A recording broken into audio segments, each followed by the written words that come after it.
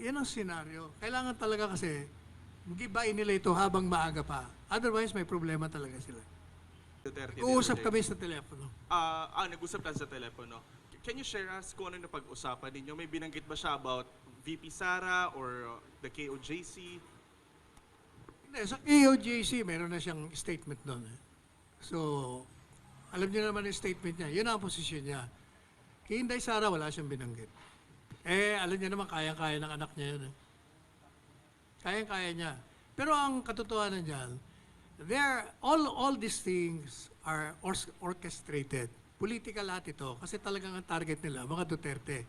Because in 2028, ang pinakamalakas na kandidato sa Panguluan, si Inday Sara. Yan. Kaya nga, if you remember, as then Chief Presidential Legal Counsel and spokesperson of the President, previous Duterte,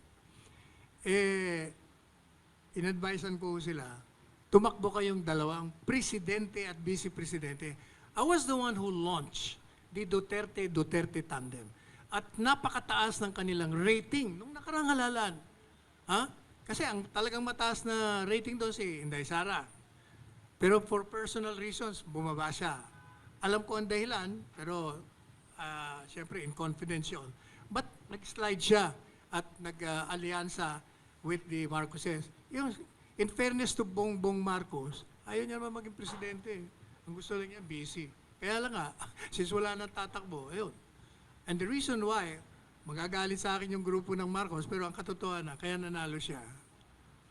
5 ang kandidato sa Panguluhan. Lacson, Lenny, Isko, Pacquiao, and Bongbong.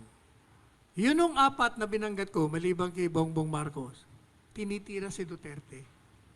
Di ba? Lahat sila tumira kay Duterte. But not Bongbong Marcos. He kept quiet. In fact, pinupuri niya si Duterte at sinabi niya, pag siya nanalo, he will continue with the policies. So kung kayo mga Duterte, saan kayo pupunta? Di syempre pupunta na kayo kay Marcos. Lalo pa, nandun pa yung anak.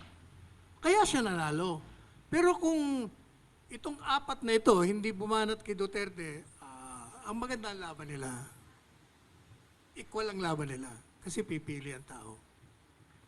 Ngayon, since umalis si Inday at nag-ambisyon naman itong si Martin, una tinanggal niya si Arroyo, siyempre nag-react naman yung kaalyado, umalis siya. Well, that started the whole hulabaloo about this. Tinarget nila si Inday, kaya pumasok na dyan, after targeting Inday ng confidential funds, binanata na si Digong. After Digong, pinasok na si Pastor Kibuloy.